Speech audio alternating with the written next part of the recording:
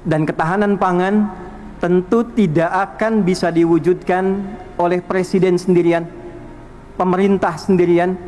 Kita butuh energi untuk menyatukan, butuh energi untuk berkolaborasi, sehingga bila program pemerintahnya kuat, rakyatnya punya semangat yang kuat, dengan itu insya Allah program ketahanan pangan ini akan mengalami akselerasi dan kemudahan yang kita dambakan.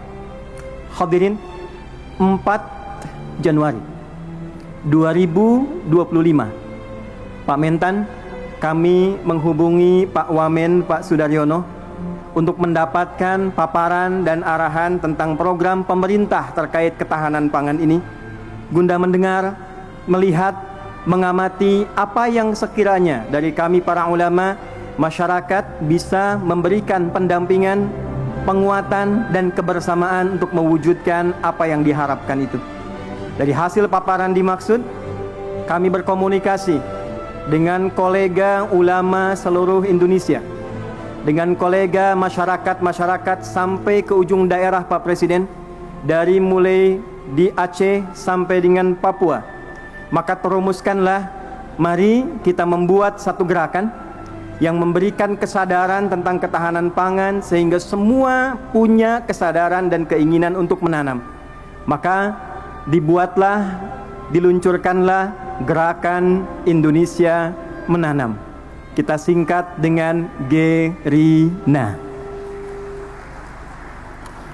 Pak Presiden, gerakan ini harus memiliki instrumen, karena bila hanya disampaikan saja, diingatkan saja, tidak ada instrumennya, tidak ada buktinya, maka tidak mudah kemudian kita untuk bisa menanam.